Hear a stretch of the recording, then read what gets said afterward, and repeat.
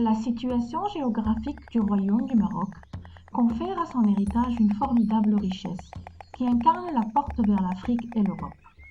Le royaume, appelé autrefois Empire chérifien, est creusé de plusieurs dynasties qui se sont succédées à travers plusieurs siècles. Des Idrissides en 789 à la dynastie alawite depuis 1666. L'authenticité du Maroc s'exprime aussi à travers son patrimoine culturel, matériel et immatériel, inscrit sur la liste du patrimoine mondial de l'humanité de l'UNESCO. Le Maroc a connu à travers toutes ces dynasties séculaires 4 villes impériales comme capitale. La ville de Fès, où se trouve la plus ancienne des universités dans le monde, Al-Qarawiyyin, encore en activité, construite sous le règne de la dynastie idrisside. Mais aussi la ville de Marrakech, Meknès et Rabat.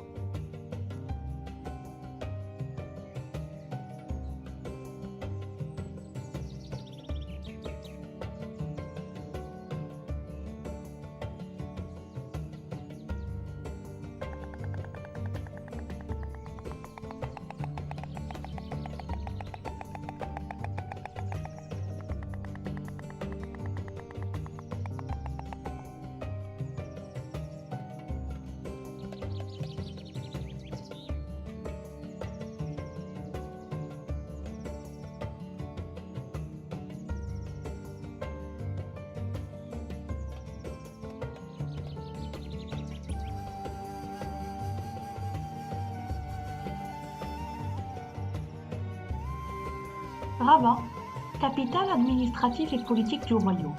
C'est toute la ville qui est inscrite au patrimoine mondial de l'UNESCO, qui se distingue par ses différents sites historiques, caractérisés par un mélange entre aspects modernes et traditionnels. Le royaume est une monarchie constitutionnelle, démocratique, parlementaire et sociale, et le régime constitutionnel est fondé sur la séparation, l'équilibre et la collaboration des pouvoirs. Sa Majesté le roi Mohammed VI, que Dieu le glorifie, commandeur des croyants et le 23e souverain en succession de la dynastie alawite depuis 1999, veillant ainsi à l'unification du royaume et à la transmission de toutes les valeurs religieuses et culturelles. État musulman souverain qui garantit à tous le libre exercice des cultes, attaché à son unité et identité nationale, forgée par la convergence de ses composantes arabo-islamiques, amazighes, saharo-hassani, s'est nourri et enrichi de ses afflux africains, andalous, hébraïques et méditerranéens.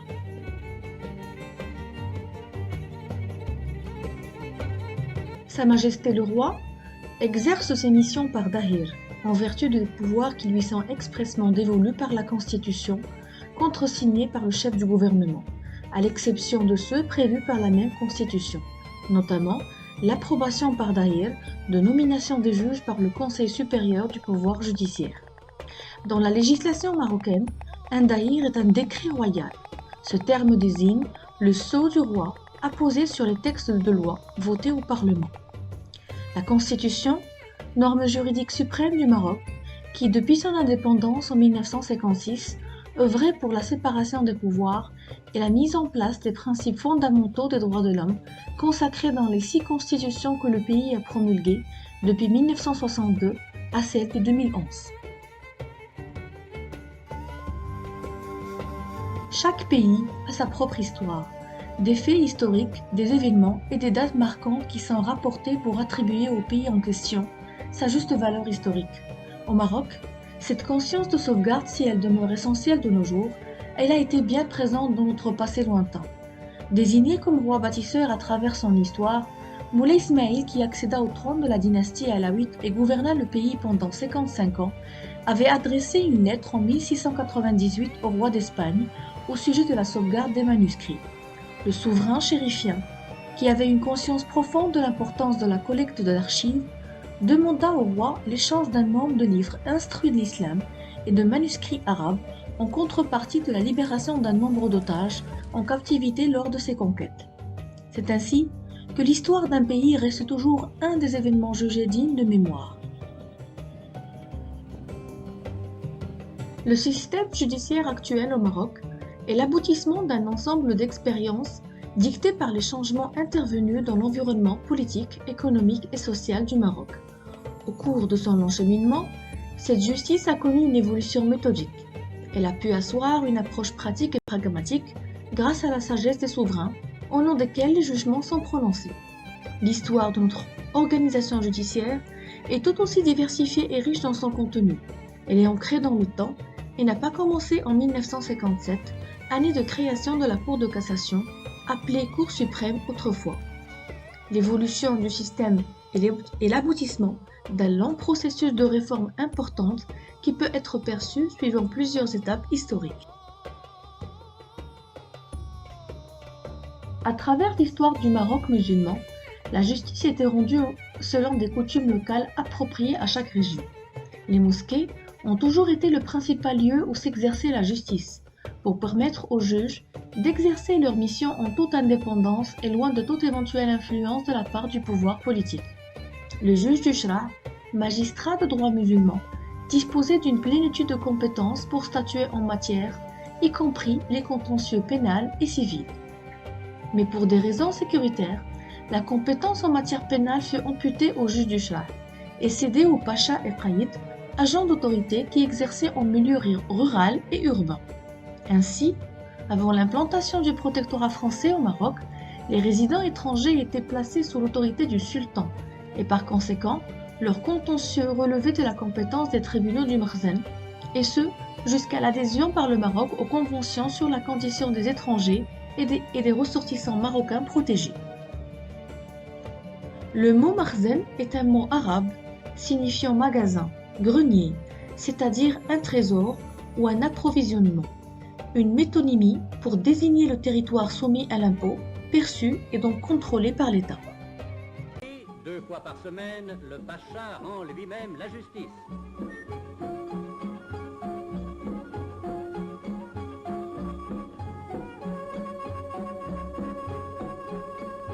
Cette vieille tradition nous permet d'assister à de pittoresques palabres où les gestes ont autant d'importance que la parole.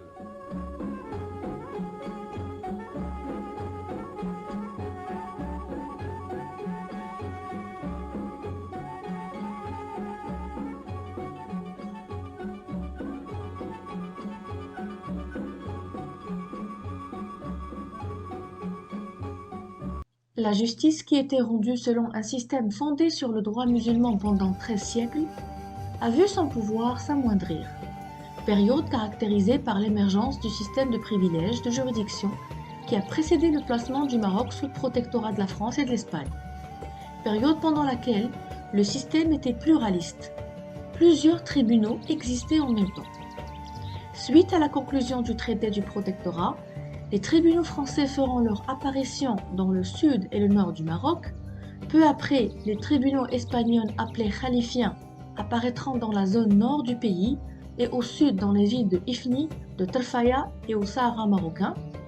Suite à la Convention de Tanger de 1923, signée par la France, l'Espagne et la Grande-Bretagne, un tribunal dit mixte ou international sera installé dans le royaume en 1953. Durant cette période, le Maroc sera divisé en 3 zones géographiques. Suite à cette division, le pourvoi en cassation était soumis à une certaine dualité. Durant cette période, le pourvoi en cassation était soumis à une certaine dualité selon la zone de domination devant la Cour de cassation française ou le Tribunal suprême d'Espagne.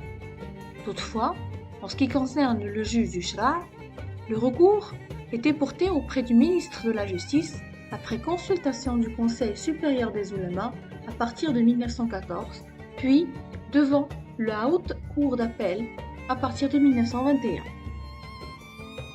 3 jours seulement après son retour d'exil, Feu Sa Majesté le roi Mohammed V a donné ses instructions dans le discours qu'il a prononcé le 18 novembre 1955 pour la mise en place d'un système démocratique et pour la séparation des pouvoirs.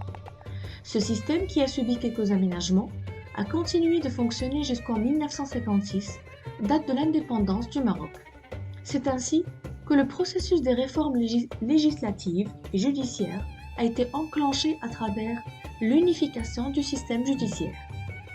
le processus démocratique et la consolidation de l'état de droit se sont manifestés principalement par la création d'institutions et l'adhésion du Maroc aux conventions internationales, notamment celles relatives aux droits de l'homme, conformément à l'usage international des cours de première instance et d'appel, ainsi que la Cour suprême ont été mises en place. Retracer l'histoire de cette plus haute institution judiciaire n'est sûrement pas une chose simple, mais durant son long cheminement à travers le temps, elle est passée par plusieurs grandes étapes mémorables qui permettent de retracer en perspective historique le moment de sa création, son statut, son fonctionnement, de s'intéresser à la fois aux influences, aux héritages, à toutes les personnalités qui l'ont incarné et qui ont œuvré à la confection de la jurisprudence, au patrimoine architectural et de remémorer des événements qui l'ont marqué, dans le but d'éclairer les mutations actuelles résultant de l'évolution, de la place et du rôle de cette plus haute instance judiciaire, pilier important de nombreux systèmes dans le monde entier. Quelques mois après l'indépendance du Maroc, la Cour suprême, Cour de cassation actuellement, fut créée par le Dahir du 27 septembre 1957 pour être placée au sommet de la pyramide judiciaire. Elle fut installée au Méchoir du Palais Royal à Rabat. Sa compétence était régie par les principes fondamentaux, loin d'être une juridiction de troisième degré. Elle ne jugera pas les causes, mais les arrêts dans leur rapport avec la loi, chargée de contrôler la légalité des décisions rendues par les tribunaux inférieurs.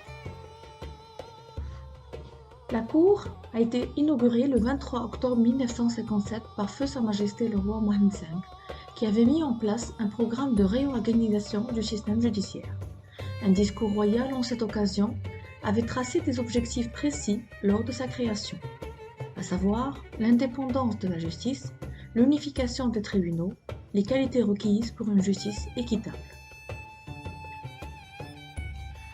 Un dahir de nomination en date du 1er octobre 1957 avait désigné les premiers hauts magistrats marocains nommés durant cette période.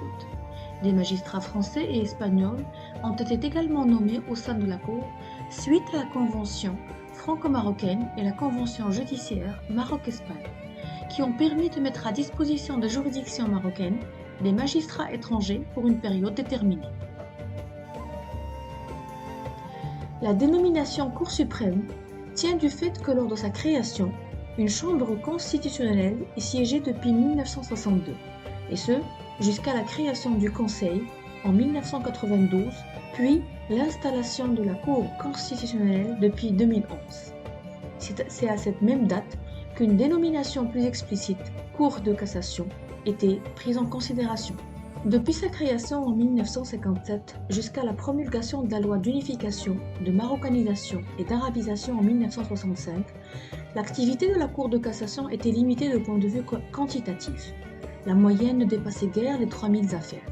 Cette loi n'a pas remis en cause ses fondements et n'a rien changé dans l'organisation de la Cour, mais elle a impliqué des changements radicaux dans les structures et le personnel judiciaire et dans les textes législatifs. C'est ainsi qu'une série de textes furent pris à cet effet par le ministre de la Justice. En l'occurrence, l'arabe demeure la langue officielle de l'État, la nationalité marocaine était exigée pour tout professionnel judiciaire, la rédaction, plaidoirie, témoignage, sentence exigée en langue arabe. Elle connaîtra progressivement le changement de la robe d'apparat des conseillers vers les années 70, devenue en tenue traditionnelle. Installée en 1957 au Méchoir du Palais Royal à Rabat pendant 18 années, la Cour occupa provisoirement le siège place du Golan en 1974. Il va falloir attendre la réforme de cette même année pour constater quelques modifications, notamment la création d'une 5e chambre sociale. Depuis la mise en application d'une nouvelle organisation judiciaire, au cours du deuxième trimestre de l'année 1974, la courbe du nombre des affaires enregistrées est devenue irrégulière. Après la création des tribunaux administratifs, le nombre des recours, aussi bien en cassation qu'en appel, n'a pas cessé d'augmenter après la création de ces tribunaux en 1993. Le volume des affaires a commencé à augmenter pour atteindre le chiffre record en seulement 13 ans après. Compte tenu de cette situation, Et compte tenu du nombre de dossiers, l'installation de cette haute juridiction dans un bâtiment adapté et moderne, digne de sa place au sommet de l'édifice judiciaire du royaume, à partir de 1997, devenait une nécessité. Au cours du mois de mars 1997, la Cour s'installa dans un nouveau bâtiment situé à Hayriyad, un des nouveaux quartiers de la capitale. Son édifice, qui occupe une surface totale de presque 14 000 m², comporte deux parties.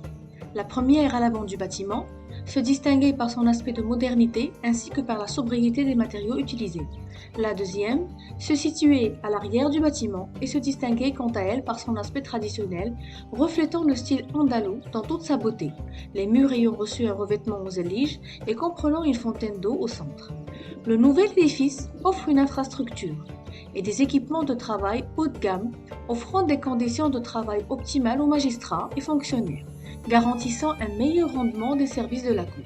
En 1998, les dirigeants de la Cour ont décidé de créer un nouvel organe dénommé l'administration judiciaire, en séparant l'activité judiciaire proprement dite de la gestion des dossiers, et d'autre part, en dotant la Cour de potentiel humain et technologique.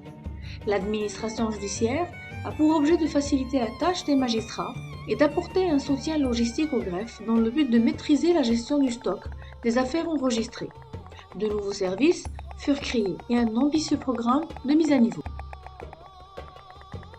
Au cours des premières années de sa création, la Cour suprême, aujourd'hui Cour de cassation, a reçu un honneur de premier plan, avec la présence de Feu Sa Majesté le roi Mohamed V et le roi Hassan II lors de l'ouverture des années judiciaires. Ouverture de l'année judiciaire à Rabat. En présence de Sa Majesté le Roi et des membres du gouvernement, une séance solennelle se déroule à la Cour suprême de justice dont le premier président Hamiani devait rappeler la haute et noble mission. La Cour suprême fonctionne depuis un an. La liberté de jugement et la conscience de ses magistrats lui permettent déjà de répondre pleinement aux responsabilités qui lui incombent. Les magistrats de la Cour suprême accueillent Sa Majesté le Roi, venu présider la séance solennelle de rentrée de la plus haute instance judiciaire du pays. Le premier président, M. Ahmed Dafnini, rappelle le rôle fondamental qui est assigné à la Cour suprême dans l'établissement et la défense d'une véritable justice. Les magistrats, auxquels Sa Majesté le Roi remet ici un baillir de nomination, vont appartenir à un Conseil supérieur de la magistrature, dont la création répond au même souci de doter le pays d'une justice sereine. Le ministre de la Justice siège à ce Conseil, qui doit veiller au respect des garanties nécessaires à l'accomplissement de la mission du magistrat.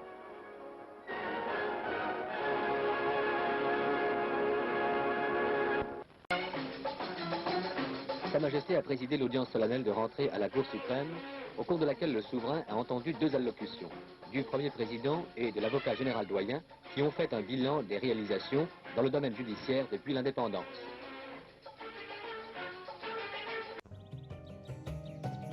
Sa Majesté le roi Mohamed VI, que Dieu l'assiste, a tenu à honorer la magistrature et à prendre soin de ses hommes en présidant la cérémonie d'ouverture de l'année judiciaire au siège de la Cour de cassation dans le quartier de Hayriyad à Rabat en janvier 2001.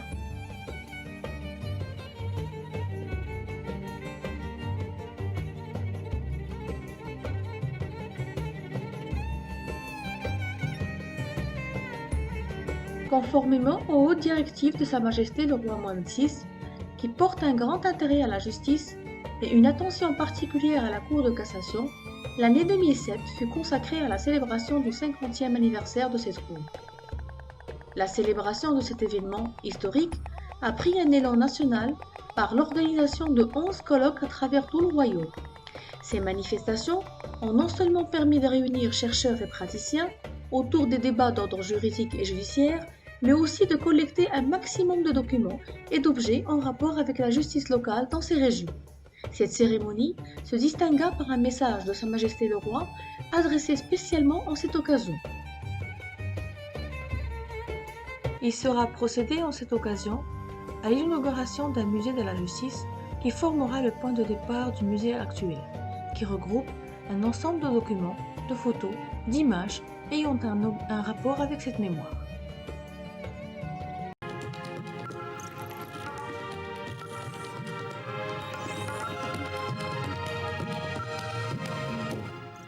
considération royale pour la Cour suprême. L'année du 50e anniversaire, son premier président a été reçu par Sa Majesté Mohammed VI. En audience, il a présenté au souverain le bilan des actions entreprises par l'institution judiciaire.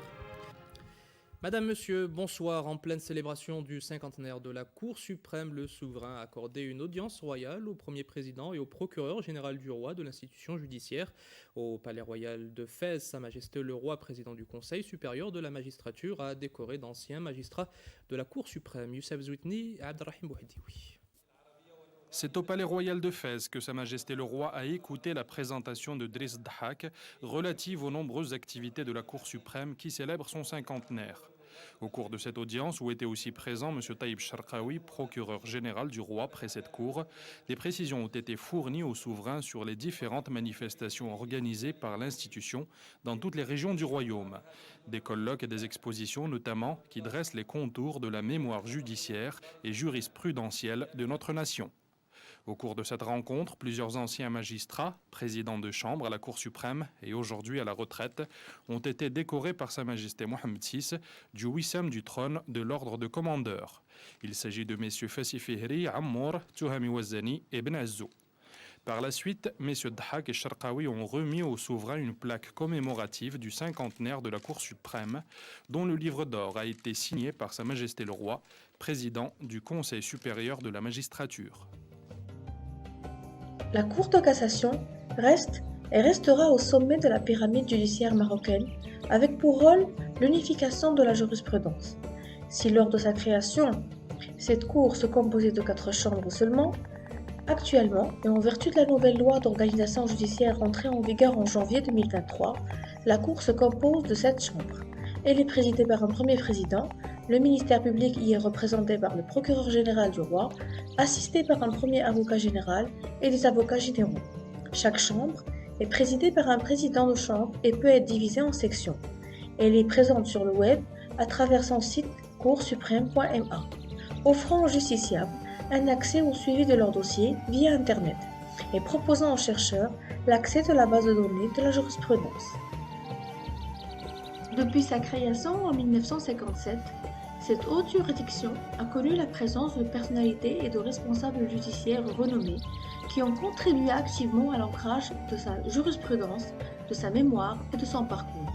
Leur nomination au sein de la Cour a été toujours marquée par une audience d'installation.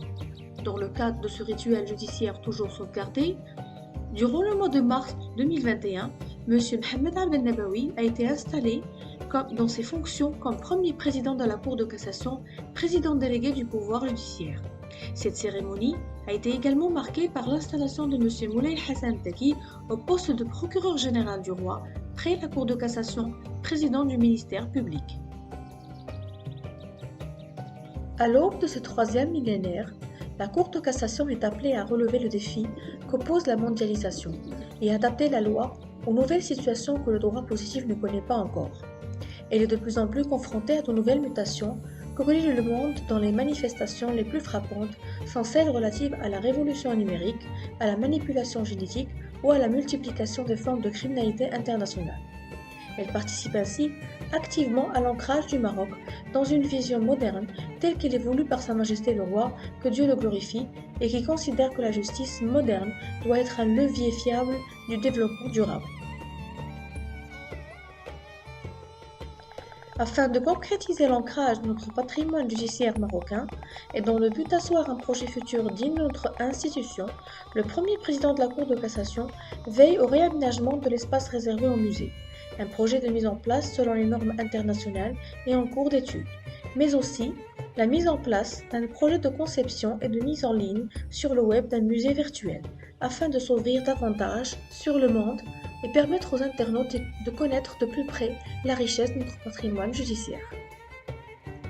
De génération en génération, nous avons besoin de renouer le fil avec le passé pour pouvoir se repérer et avancer. Le Maroc bouge et avance à travers ses projets sociaux, culturels, ses démarches politiques, ses nombreuses réformes, incitées et menées par une vision royale, soutenues par une société et une nation déterminée. Et n'oublions pas tous que tout ce qui n'est pas sauvegardé s'oublie et se perd au fil du temps.